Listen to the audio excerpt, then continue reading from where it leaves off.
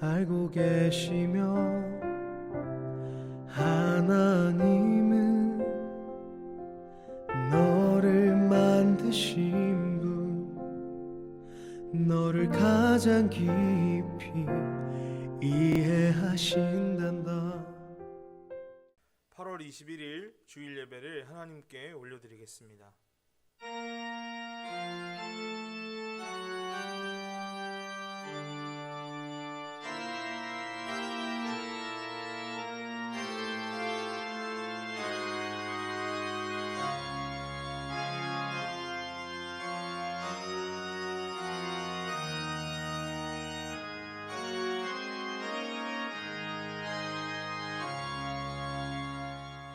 온 땅이여 여호와께 즐거운 찬송을 부를지어다. 기쁨으로 여호와를 섬기며 노래하면서 그의 앞에 나아갈지어다.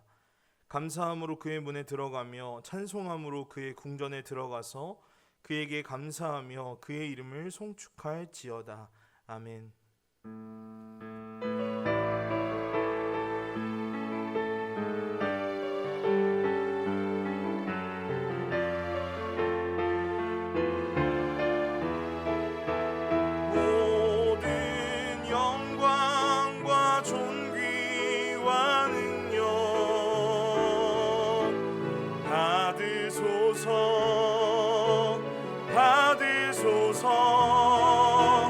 영광과 존귀와 능력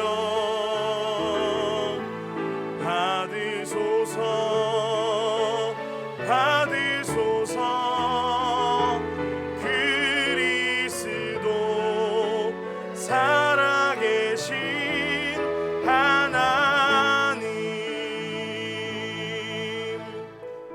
이 시간 우리의 죄를 주님께 고백합니다.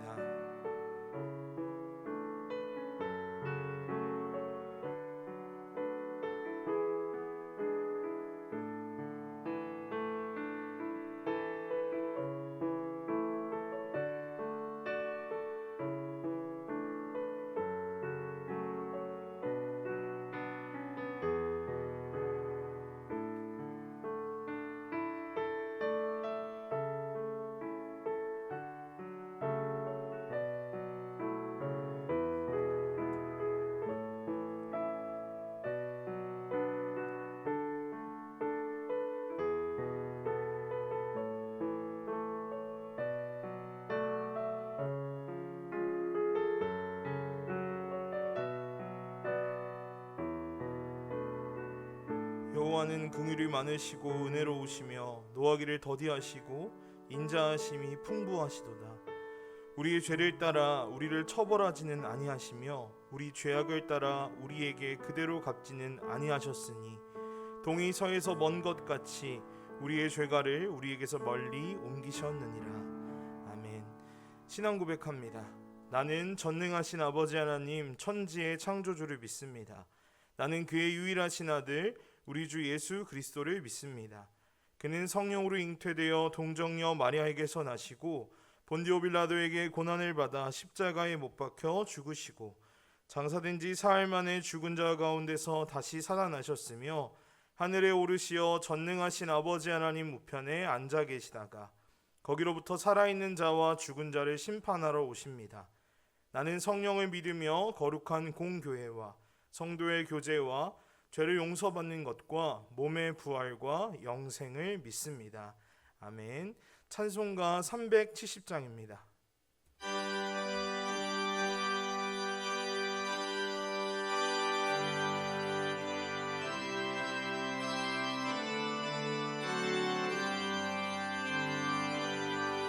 주 안에 있는 나에게 딴 근심이 있으랴. 십자가 밑에 나가 내 짐을 풀었네. 주님을 찬송하면서 할렐루야 할렐루야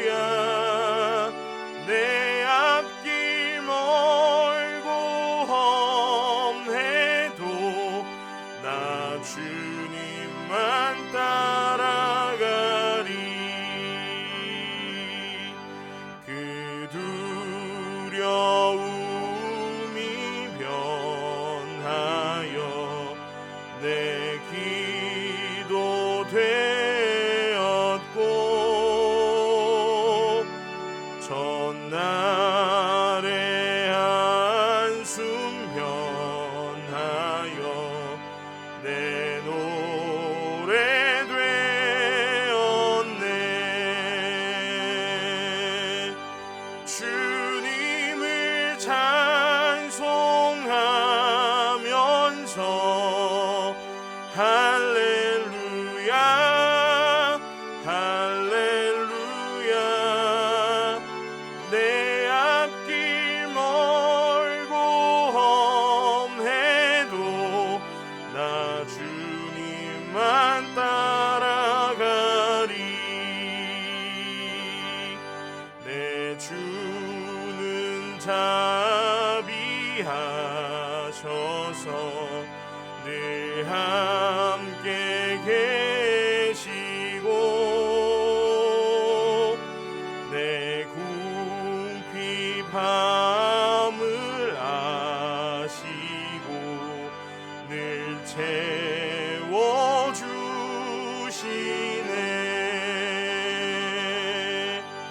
주님을 찬송하면서 할렐루야 할렐루야. 내 앞길 멀고 험해도 나 주님만 따라가리. 내 주와 맺은 언약은 영불변하시니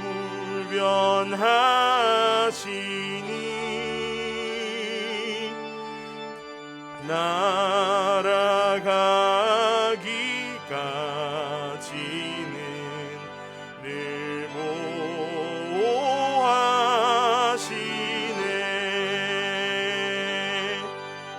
주님을 찬송하면서 할렐루야 할렐루야. 내 앞길 멀고 험해도 나 주님만 따라가리. 아멘. 오늘 함께 읽을 말씀은 구약성경 출애굽기 25장 1절에서 9절까지입니다. 구약성경 출애굽기 25장 1절에서 9절까지의 말씀입니다. 이제 봉독합니다. 여호와께서 모세에게 말씀하여 이르시되 이스라엘 자손에게 명령하여 내게 예물을 가져오라 하고 기쁜 마음으로 내는 자가 내게 바치는 모든 것을 너희는 받을지니라. 너희가 그들에게서 받을 예물은 이러하니 금과 은과 놋과 청색, 자색, 홍색 실과 가는 배의 실과 염소털과 붉은 물들인 수장의 가죽과 해달의 가죽과 조각목과 등유와 관유에 드는 향료와 분향할 향을 만들 향품과 호마노며 에봇과 흉패에 물릴 보석이니라. 내가 그들 중에 거할 성소를 그들이 나를 위하여 짓되 물은 내가 내게 보이는 모양대로 장막을 짓고 기구들도 그 모양을 따라 지을지니라. 아멘. 오늘은 김오른 지사님 기도십니다. 기도드리겠습니다. 모든 찬양과 영광을 홀로 받기에 합당하신 거룩하신 하나님 아버지, 오늘도 거룩한 주일을 허락하시고 하나님 아버지의 택하신 자녀들을 주님의 전으로 인도하시어 이렇게 한자리에 함께 모여 찬양과 기도로 예배하게 하시니 영광과 감사를 올려드립니다. 자비가 풍성하신 하나님 아버지, 하지만 이 시간 먼저 눈물로 용서를 간구하옵기는 하나님 아버지께 죄인 되고 원수 되었던 저희들, 하나님 아버지의 택하심으로 말미암아 무조건적인 용서와 은혜를 받았건만 연약한 저희들은 아직도 세상적인 유혹과 육신적인 욕망에 흔들리며 때로는 선택받지 못한 자들과 다를 바 없이 살아왔음을 이 시간 자복하오니 저희들의 죄악들을 용서하여 주시옵소서. 하나님 앞에서 거침없이 행하던 부끄러운 죄악들을 모두 벗어버리고 성령 충만으로 강건하게 무장하여 모든 죄악들을 담대히 이겨나가는 하나님의 자녀로서 합당한 삶을 살아가게 하시옵소서. 형통 중엔 하나님 아버지를 찬양하고 역경과 고난 중엔 소망으로 인내하며 어느 때든 주님이 우리와 함께 하심을 확신하는 믿음의 자녀들이 되게 하여 주시고, 우리가 처한 고난들은 모두 움켜잡고 놓지 못했던 우리의 탐욕들을 내려놓게 하시려는 선택하신 백성들을 향한 하나님 아버지의 확정되신 사랑임을 깨닫게 하시옵소서. 전능하신 하나님 아버지, 이 시간 머리 숙여 간절히 간구하옵기는 이렇게 귀하고 거룩한 시간에 함께하지 못하고 눈물로 주님의 전을 그리워하며 함께할 수 있는 날만을 고대하는 환우 중에 있는 우리의 형제들을 위해 기도합니다. 사랑과 긍휼의 하나님 아버지께서 이렇게 믿음의 형제들이 함께 눈물로 간구하는 그들을 긍휼히 여기시고 전능하신 하나님 아버지의 권능의 손으로 어루만지시어 주님의 전에서 함께 모여 기쁨의 찬양으로 예배할 수 있도록 놀라운 치유의 역사를 내려 주시옵소서. 전능하신 하나님 아버지의 역사하심을 통해 그들뿐만 아니라 우리 모두에게 주어지는 고난과 어려움의 시간들은 우리가 붙잡고 계획하며 이루어 나가는 줄 알았던 우리의 모든 삶이 전적으로 하나님 아버지의 주권 안에 있음을 깨닫게 하는 소중한 뉘우침의 시간들이 되게 하시고, 매일매일의 모든 일상들이 오로지 하나님 아버지만을 의지하며 살아가야 하는 기적과 은혜의 연속임을 깨닫고 감사하게 하시옵소서. 그동안 무관심했던 고통받고 소외된 이웃들을 긍휼히 여기며 그들의 고통을 내 몸의 고통으로 느끼고 우리 주 예수 그리스도께서 우리에게 베푸시는 사랑과 긍휼을 세상의 모든 이웃들에게 흘려보내는 참된 주님의 제자들이 되게 하여 주시옵소서. 진리의 하나님 아버지, 주님의 계획하심으로 이 교화 지역에 세워진 우리 큰 기쁨 교회가 어느덧 10주년을 맞아 감사 예배를 드렸습니다. 주님의 축복과 인도하심으로 지나온 지난 10년을 감사하며 앞으로의 새로운 10년 그리고 또 새로운 모든 10년도 주님께서 맡기신 사명을 위해 끝까지 충성으로 달려갈 길을 경주하는 복된 교회가 되게 하여 주시옵소서. 그 어떤 교회보다 더욱더 성령 충만한 부름받은 자들의 모임이 되게 하시고 어려운 이웃을 돌보고 형제들을 서로 사랑하며 세상을 향하여 진리의 말씀을 선포하는데 그 누구보다 앞장서는 믿음의 공동체 되게 하여 주시옵소서. 진리의 기둥과 터가 되는 교회의 가르침을 통해 소중한 우리의 자녀들이 어려서부터 하나님을 경외하며 진리의 하나님을 배우고 깨달아가는 말씀의 공동체에 될 수 있도록 인도하여 주시옵소서. 계속해서 이 땅에 하나님의 나라와 의를 이루어 나갈 우리 교회 학교 아이들의 심령 중에 끊이지 않는 믿음의 진보가 자라나게 하시고 그를 위해 기도하고 헌신하는 모든 교사들과 각자의 자리에서 묵묵히 순종하고 봉사하는 각 기관의 모든 동역자들, 말씀으로 양육함에 수고를 아끼지 않는 교역자들을 기억하여 주시고 사랑과 충성으로 맡겨진 소명을 끝까지 감당하게 하시옵소서. 이 시간 진리의 말씀 앞에 섭니다.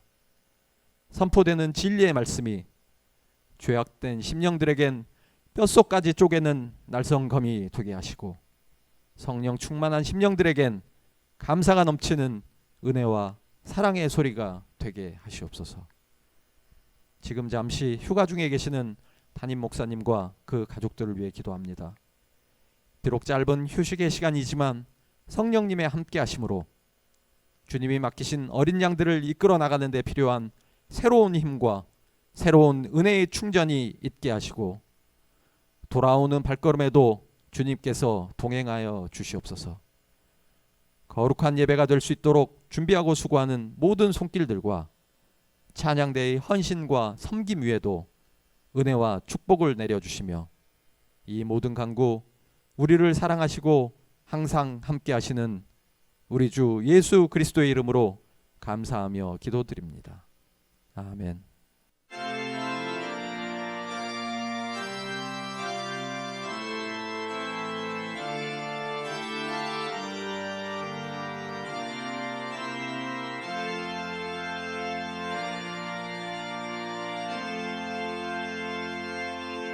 봉헌하겠습니다.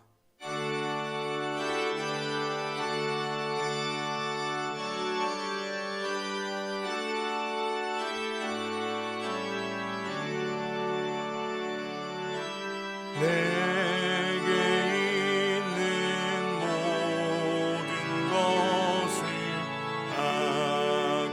아낌없이 드리네. 사랑하고 의지하며 주만 따라 살리라.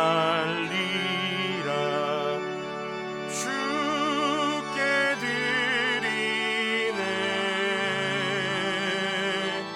주께 드리네.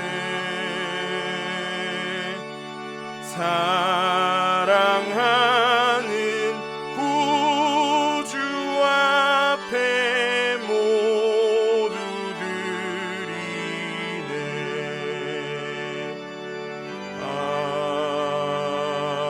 아멘. 생명의 하나님 감사합니다. 오늘도 변함없이 우리를 살게 하시고 다른 공간에서 다른 모습으로 살아가던 우리가 이 시간 함께 모여 주님을 예배하게 하심을 감사드립니다.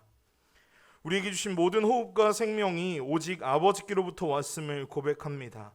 마음을 다하고 정성을 다하여 하나님께 예물을 드리는 손길들을 기억하여 주시고 이 예물 모두 기뻐 받아 주십시오.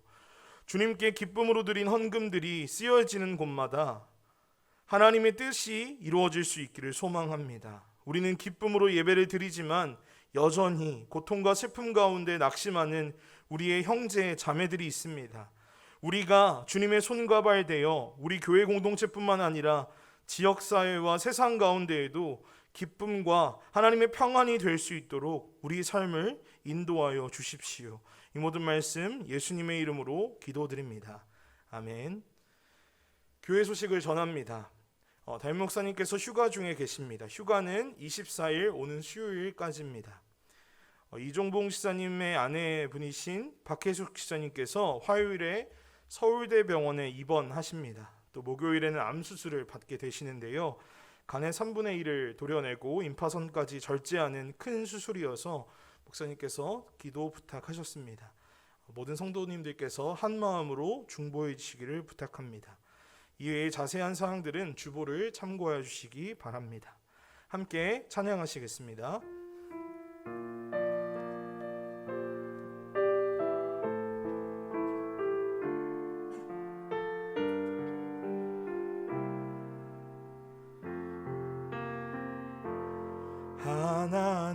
하나님은 너를 만드신 분, 너를 가장 많이 알고 계시며, 하나님은 너를 만드신 분, 너를 가장 깊이 이해하신단다. 하나님은 너를 지키시는 분, 너를 절대 포기하지 않으며, 하나님은 너를 지키시는 분, 너를 쉬지 않고 지켜보신단다. 그의 생각 셀 수 없고, 그의 자비 무궁하며, 그의 성실 날마다 새롭고, 그의 사랑 끝이 없단다.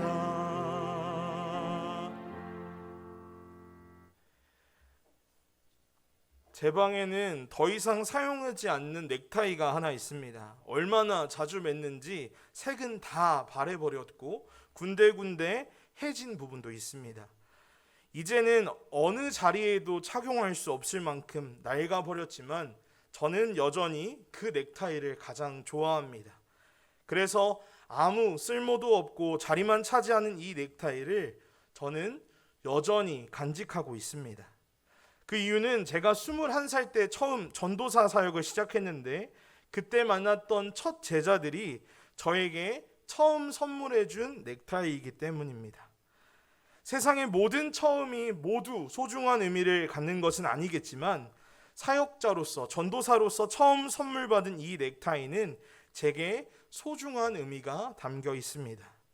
모든 것이 서툴고 긴장됐던 처음의 그 느낌과 마음이 마치 그 넥타이에 고스란히 담겨 있는 것만 같기 때문입니다. 우리가 오늘 함께 읽은 출애굽기 본문도 이스라엘 공동체에게는 의미 있는 처음에 대한 이야기입니다. 이스라엘 백성이 광야에서 지은 첫 번째 예배 처소이자 하나님을 위해 만든 첫 번째 집 성소에 관한 말씀입니다. 물론 이전에도 이스라엘에게는 이삭이 우물을 판 후에 예배했던 브엘세바나 야곱이 꿈속에서 하나님의 임재를 경험했던 베델처럼 거룩하게 구별된 상징적인 장소들이 있었습니다. 그러나 8절에 나타난 것처럼 파라오의 통치로부터 이스라엘을 구원하신 여호와 하나님께서 당신의 백성들에게 직접 나를 위하여 지으라 명령하시고 또 공식적으로 이스라엘이 그 말씀에 따라 하나님을 위해 지은 집은 본문의 성소가 처음이었습니다. 우리가 아는 것처럼 이 성소는 장막, 일종의 텐트였죠.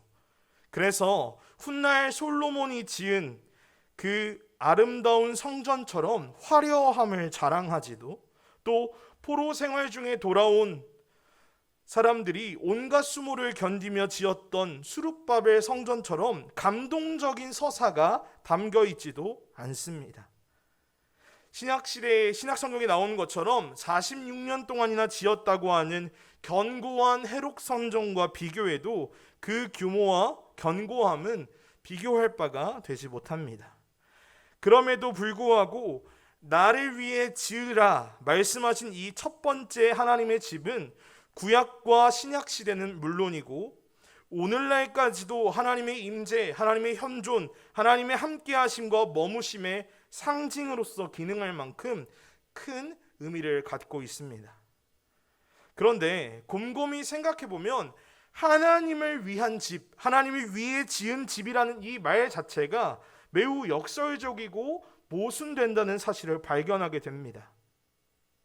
저와 여러분은 모든 감각과 이성을 동원한다 할지라도 그 모든 것을 다해 상상해서 또 만들어낸 그 어떤 것보다 하나님은 더 크고 광대하신 분이기 때문입니다. 지난 금요일 오후에 잠깐 비가 내렸습니다. 소나기였지만 꽤 세차게 비가 내리더라고요. 단숨에 이곳저곳 물 웅덩이를 만드는 모습을 보면서 저는 문득 비가 무섭다는 생각을 하게 되었습니다. 비가 내리는 모습을 보면서 무섭다고 생각하게 된 것은 살면서 그날이 처음이었습니다. 놀이터에서 놀다가 미처 비를 피하지 못한 아이들은 머리에서 발끝까지 비에 홀딱 젖었습니다. 그래도 뭐가 그리 신났는지 키득대면서 한참을 놀다가 집에 들어가더라고요. 하지만 그 아이들을 바라보는 저의 표정은 세상 심각했습니다. 아무래도 최근 있었던 수해 현장들이 머릿속에 계속 맴돌아서였던 것 같습니다. 인간은 안정적인 삶을 꾸려나가기 위해 지난 수천 년간 끊임없이 물을 다스리려고 치수 사업에 힘써 왔습니다. 그러나 눈부신 과학과 기술의 발전에도 불구하고 여전히 저와 여러분은 비가 오면 생사를 걱정해야 하는 처지에 놓였습니다. 이처럼 자연은 공포스러울 만큼 위대한 존재입니다. 그 앞에서 우리 인간은 우리의 자금과 연약함을 다시 한번 실감하게 되었습니다. 그런데 우주를 연구하는 과학자들은 더 나아가서 우리가 사는 이 지구라는 행성이, 아니 어쩌면 지구가 속한 태양계조차 우주 안에서는 티끌만큼의 존재감에 지나지 않다고 이야기합니다. 이처럼 우리의 경험과 이성은 알고 있습니다. 우리가 세우는 그 어떤 집이라고 해도 감히 하나님을 위해 지어질 수 없다는 것을 말이죠. 그래서 하나님께서도 이사야서 66장 1절에서 이렇게 말씀하십니다. 하늘은 나의 보좌요 땅은 나의 발 받침대다. 그러니 너희가 어떻게 내가 살 집을 짓겠으며 어느 곳에다가 나를 쉬게 하겠느냐.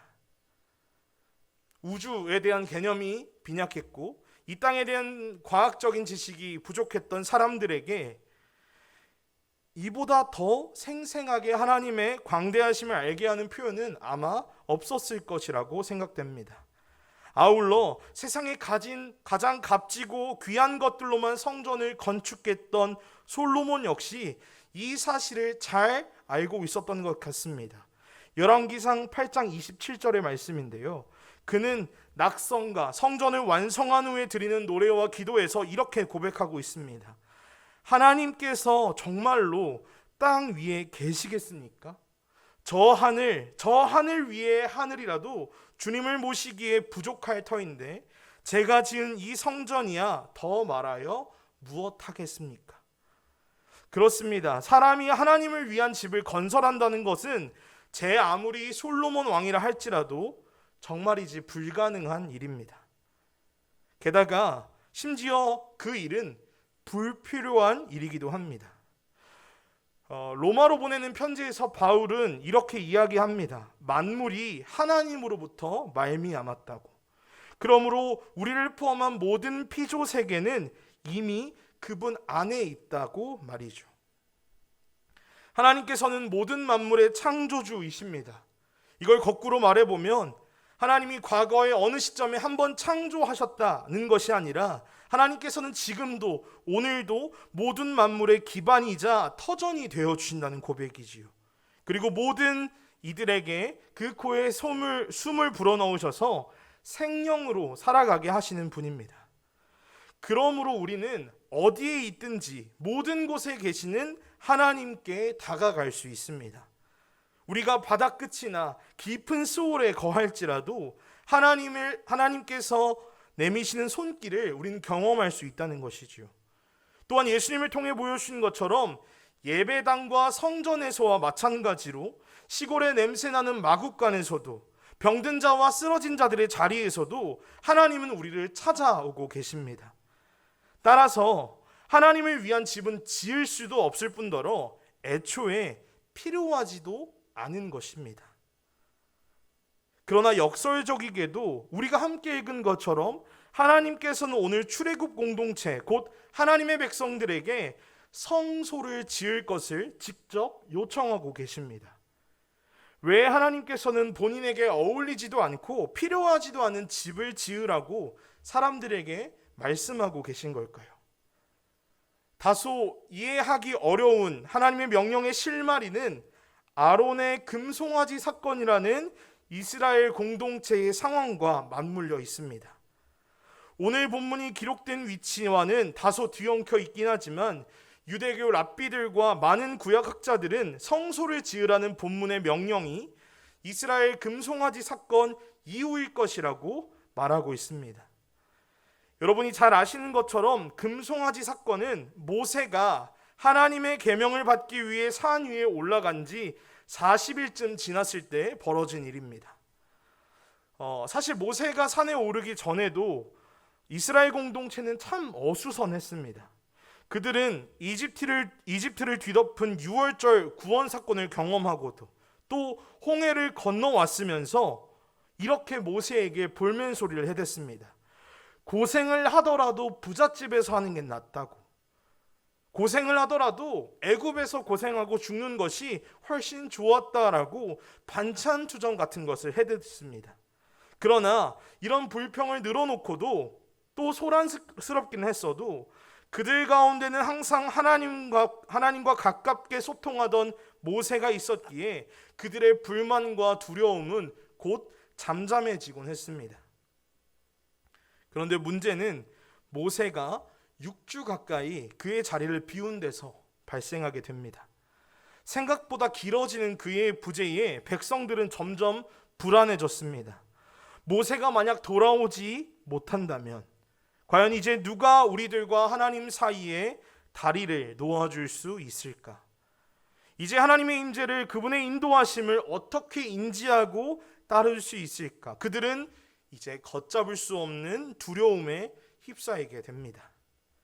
결국 출애굽기 32장 1절에서 이스라엘 백성들은 아론으로 대표되는 이스라엘 공동체 리더들에게 찾아가 이렇게 요구합니다. 애굽에서 우리를 인도한 사람은 어떻게 됐는지 모르겠으니 이제 우리를 인도할 신을 만들어내라. 원어를 보면 우리 앞에서 걸어갈 엘로힘, 하나님을 우리에게 만들어달라 요구하는 장면입니다. 여러분, 출애굽을 경험한 백성들이 두려움에 떨며 단 몇 주 만에 금송아지를 달라 소리치는 장면, 생각하면 생각할수록 참 아이러니합니다. 왜 그들은 그 놀라운 사건을 경험하고도 극심한 공포에 시달렸던 것일까요? 분명 이스라엘, 그들의 선조인 아브라함과 사라, 이삭과 리브가, 야곱과 라헬, 레아에게 하나님은 친구처럼 다가오셔서 친밀하게 말씀하시는 분이셨습니다.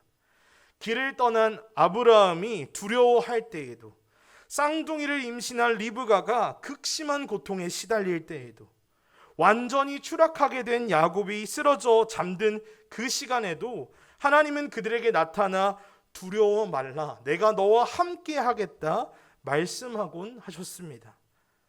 그러나 출애굽 공동체가 만난 하나님은 조금 달랐습니다. 모세라는 사람을 통해 어느 날 갑자기 찾아오셔서는 온 땅에 재앙을 내리시고 당시의 절대 존재였던 태양신 파라오를 보기 좋게 꺾어버리셨습니다. 그분 앞에서는 바다가 갈라졌고 하늘에서는 만나가 내렸으며 바위에서는 샘물이 솟아났습니다. 그 모습을 지켜봤던 이스라엘 백성들은 시내산에 오른 후에 도저히 자신들은 하나님의 음성을, 하나님의 현존을 감당할 수 없노라 하는 결론에 도달하게 됩니다. 이처럼 여호와 하나님은 그들의 선조들이 느꼈던 친밀하고 따뜻한 분이 아니었습니다. 공포스러울 만큼 강한 오른팔을 가진 심판자의 모습이었죠. 그래서 그들에게 하나님은 모세라는 중재자 없이는 감히 대면할 수 없는 두려운 분이 되어버린 것입니다. 이 사건에서 표면적으로 가장 충격적인 것은 그 놀라운 기적을 경험하고도 금송아지를 만들었다는 것이죠. 그러나 그 이면을 들여다보면 하나님과 이스라엘 백성 사이의 온도 차이가 더욱 충격적으로 다가옵니다. 하나님께서는 아브라함에게 주셨던 비전을 이루시려고 그들을 불러내셨습니다. 모든 만물이 그들로 인해 구원을 얻길 바라셨던 하나님의 소망이 이스라엘을 통해 이루어지길 소망하셨기에 파라오의 손으로부터 그들을 구출하여 낸 것이지요. 그런데 정작 그 당사자들이 이제는 하나님을 두려워하고 숨기에 급급했던 것입니다. 더 이상 쫓아오는 파라오도 막아서 오는 홍해도 사라졌지만 정작 하나님과 이스라엘 사이에는 높은 벽이 놓여지게 된 것이죠. 하나님께서는 모세 없이는 잠시도 하나님의 인도하심을 알지 못하는 이스라엘 백성에게 한 가지 해결책을 건네십니다. 그 해결책이 바로 오늘 우리가 함께 읽은 본문의 말씀입니다. 8절을 함께 볼까요? 내가 그들 중에 거할 성소를 그들이 나를 위하여 짓되, 이것을 의역해 볼까요? 내가 너희 안에 거할 수 있도록, 너희 가운데 거할 수 있도록 그들에게 내가 머물 성소를 지으라고 하여라 명령하셨습니다. 하나님께서는 당신을 두려워하고 그래서 점점 멀어지는 이스라엘 백성들을 향해 내가 너희 가운데 머물기 원한다 말씀하십니다. 그들 가운데 그들을 향해 다가가시기 위해 하나님께서는 스스로 자신의 빛을 가리시고 자신의 광대하심을 축소하시는 편을 오늘 선택하신 것입니다. 여기서 우리가 주목할 단어는 거하다, 머물다는 뜻의 히브리어 동사 샤칸입니다. 이 단어에서 하나님의 현존과 영광을 의미하는 쉐카이나, 쉐키나라는 단어와 이웃집 사람을 뜻하는 샤켄이라는 단어가 파생되었다고 하는데요. 이 단어, 이 샤칸이란 동사의 핵심에는 가까움이란 뜻이 있습니다. 무엇이죠? 하나님께서 오늘 성소를 지으라는 말씀을 통해 당신의 백성들에게 선물하고 싶었던 것은 다름 아닌 가까이 계신 하나님입니다. 하나님을 마치 이웃집 친구처럼 느끼는 방식을 하나님께서는 당신의 백성들에게 선물하고 싶으셨던 것이죠. 오늘 말씀은 결코 하나님이 거하실 건물을 건축해라는 말씀이 아닙니다. 교회당을 더 넓게 더 크게 지어라는 말도 결코 아닙니다. 모세를 대체할 다른 수단, 다른 금송아지를 지으라는 것도 역시 아닙니다. 하나님이 오늘 당신의 백성들에게 바라셨던 것은 믿음의 선조들이 그랬듯 하나님의 살아계심과 함께하심을 생생하게 경험하는 것, 그 안에서 이스라엘 백성들이 살아가는 것이었습니다. 하나님께서 당신의 백성을 향해 이 너그러운 마음, 따뜻한 배려를 보이신 것은 비단 과거의 일만은 아닙니다. 오늘 여기에 모인 우리를 향해서 하나님께서는 그 사랑의 손길을 건네고 계십니다. 여전히 하나님께서는 우리 안에 거하시기 위해, 우리 가운데 머물시기 위해 무한하고 영원하신 당신의 차원에서 유한한 우리의 시간과 공간 속으로 다가오시는 분입니다.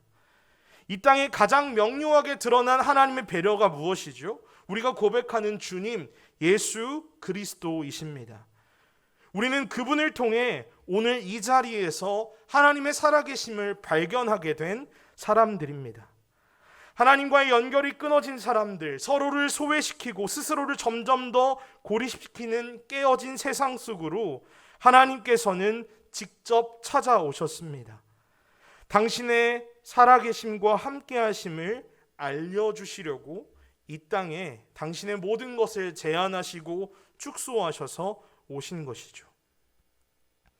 우리는 말씀이신 그리스도를 통해 그분이 걸어가신 삶의 발자취들을 통해 또 십자가 위에서 드러난 그 사랑을 통해 감히 하나님 그분의 가까이 머무심을 보고 듣고 경험하게 된 것입니다. 그러나 여전히 우리에게는 한 가지 문제가 있습니다. 결국 하나님께서는 우리를 위해 인간의 몸으로 이 땅에 오시고 모든 만물을 주님 안에서 화해하게 하셨음에도 불구하고 우리는 그분의 임재, 쉐키나 가까이 머무심을 잘 느끼지 못하는 것입니다. 지난주까지 저희 교육부 여름 행사가 있었는데요. 그런 뜨거운 수련의 현장이나 자연이 만든 절경 앞에서는 누구라도 간헐적으로 하나님을 경외하게 됩니다.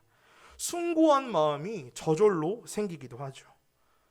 그런데 문제는 우리 일상 속에서 평범한 때에 평이한 상황에서는 그렇지 못하다는 것입니다.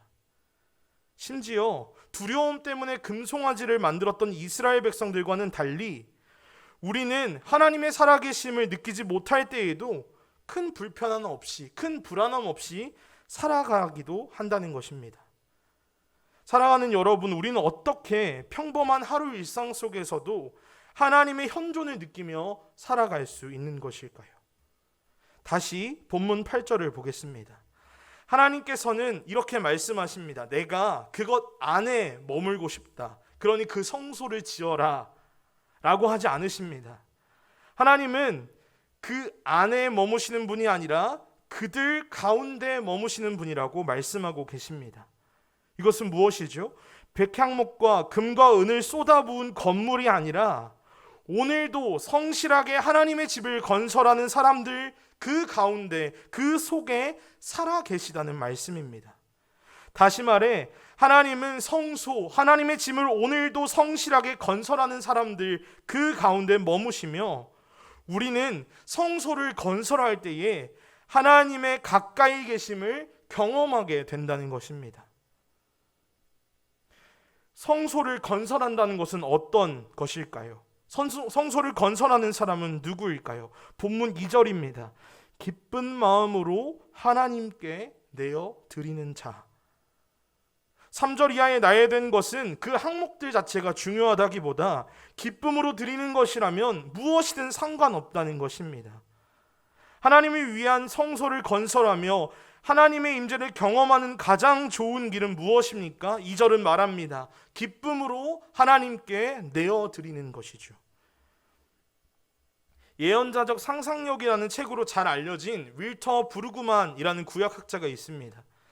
그의 저서 중 흥미로운 제목의 책 한 권을 잠시 소개하고 말씀을 맺을까 합니다. 안식일은 저항이다 라는 책인데요. 여기서 윌터 부르그만이라는 학자가 주장하는 주된 논지 중에 하나는 다음과 같습니다.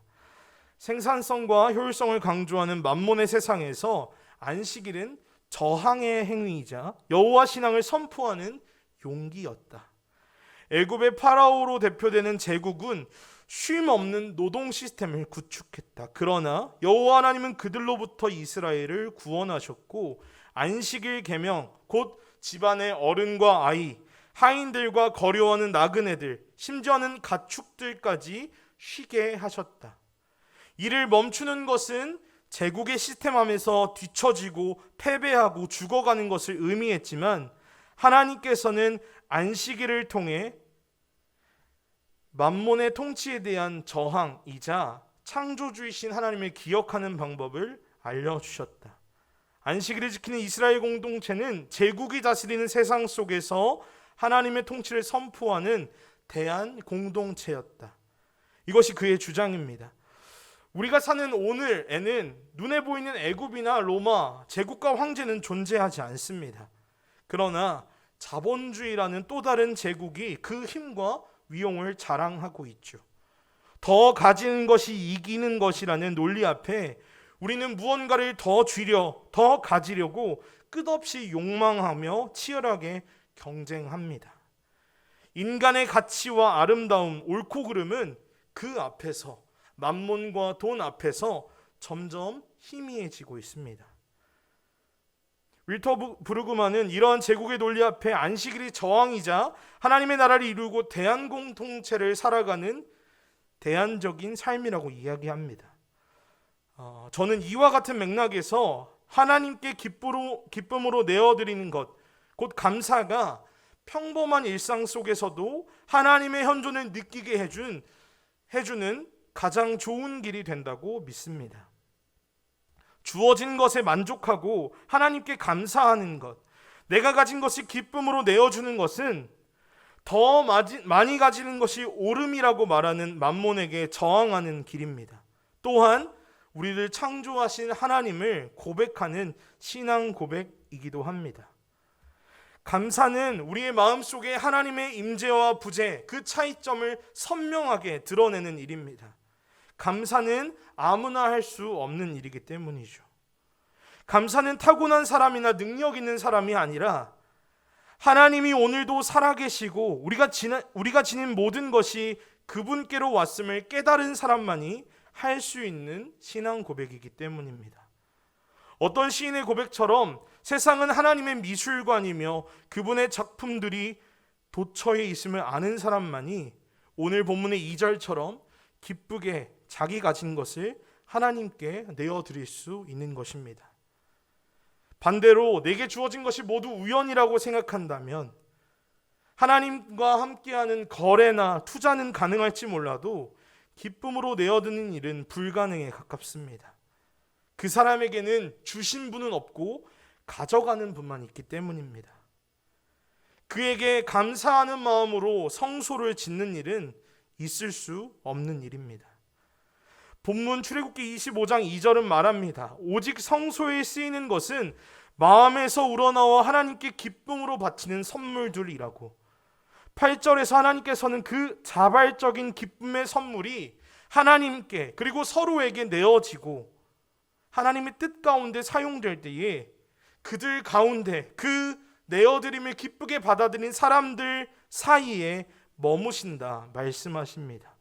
바로 그곳이 우리가 건축해야 할 하나님의 집, 하나님의 성소가 된다 말씀하십니다. 결론입니다. 우리는 서로 다른 방식으로 하나님을 경험하며 살아갑니다. 어떤 이들은 하나님을 자연 속에서 알 수 없는 신비감이나 압도되는 장엄함 속에서 나도 모르게 스며드는 따스함 혹은 경외감을 느낍니다. 때때로 누군가는 잠길 듯이 고요한 침묵 속에서, 즐거운 대화와 교제 속에서, 사랑하고 사랑받는 경험 속에서 하나님을 느끼곤 합니다.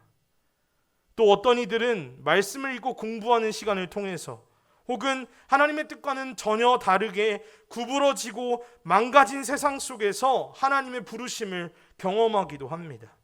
제가 다 나열할 수 없을 만큼 우리 모두는 다양한 상황과 순간 속에서 하나님을 만나게 됩니다. 그러나 오늘 본문이 한 가지 짚어내서 분명하게 말하는 것은, 하나님은 언제나 우리를 향해 다가오길 원하시는 분이라는 것이죠. 이스라엘에게는 성소를 지으라고 명령하심으로 우리에게는 직접 예수님을 통해 하나님의 그 마음을 보여주셨습니다. 그러므로 우리에게 오늘 요구되는 믿음은 무엇입니까? 홍해를 가르는 것도 솔로몬처럼 거대한 성전을 건축하는 것도 아닙니다. 우리에게 요구되는 것은 우리를 찾아오시는 하나님께 우리의 온 마음을 열고, 우리의 온 지성을 열고, 우리의 온 감각을 열어서 우리의 평범한 삶 속에 하나님을 위한 성소를 짓는 일입니다. 우리를 지으시고 모두 내어주신 그분을 기억함으로 짓는 성소, 내 것이 모두 하나님께로부터 왔음을 인정하며 짓는 성소, 주님께서 주신 것을 기쁘게 돌려드림으로 성소를 짓는 것, 감사로 드리는 제물, 감사로 드리는 제사가 오늘 우리에게 요구되는 깊은 영성입니다. 사랑하는 큰기쁨교회 성도님들, 오늘 말씀을 돌아보며 함께 기억하면 좋겠습니다. 하나님은 결코 돌로 만든 집에 머무르지 않으십니다.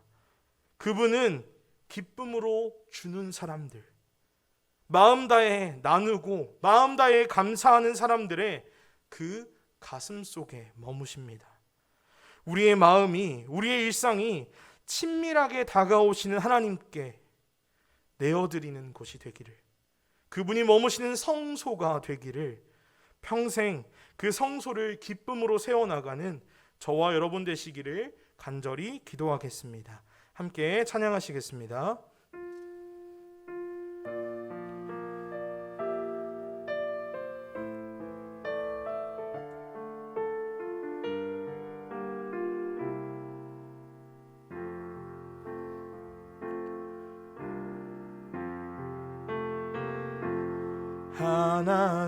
하나님은 너를 만드신 분, 너를 가장 많이 알고 계시며, 하나님은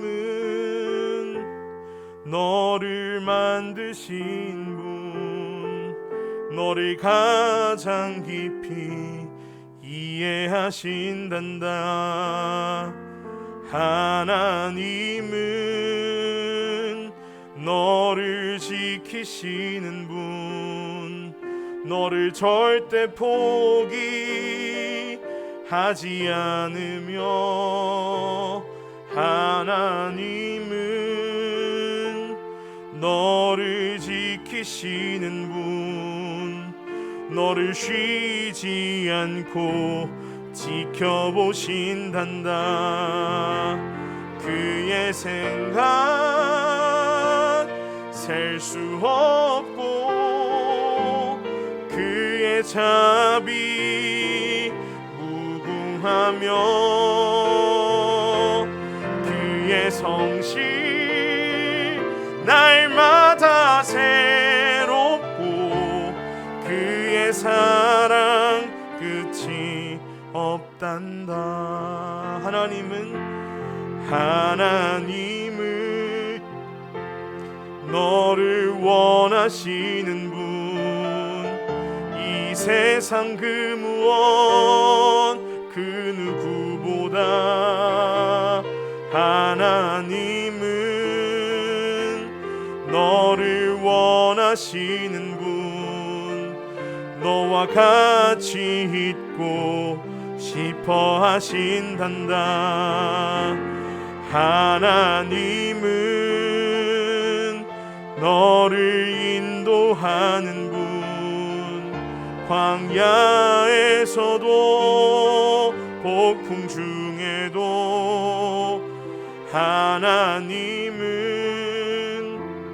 너를 인도하는 분, 푸른 초장으로 인도하신단다.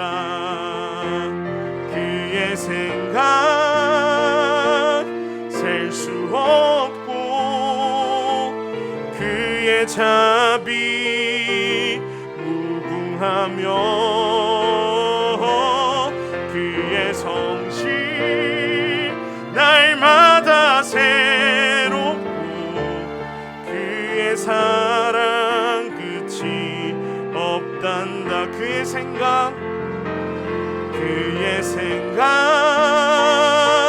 셀 수 없고 그의 자비 무궁하며 그의 성실 날마다 새롭고 그의 사랑 끝이 없단다. 아멘. 이 시간 주기도문으로 예배를 마치겠습니다. 하늘에 계신 우리 아버지, 아버지 이름을 거룩하게 하시며 아버지의 나라가 오게 하시며 아버지의 뜻이 하늘에서와 같이 땅에서도 이루어지게 하소서. 오늘 우리에게 일용할 양식을 주시고 우리가 우리에게 잘못한 사람을 용서하여 준 것 같이 우리 죄를 용서하여 주시고 우리를 시험에 빠지지 않게 하시고 악에서 구하소서. 나라와 권능과 영광이 영원히 아버지의 것입니다. 아멘.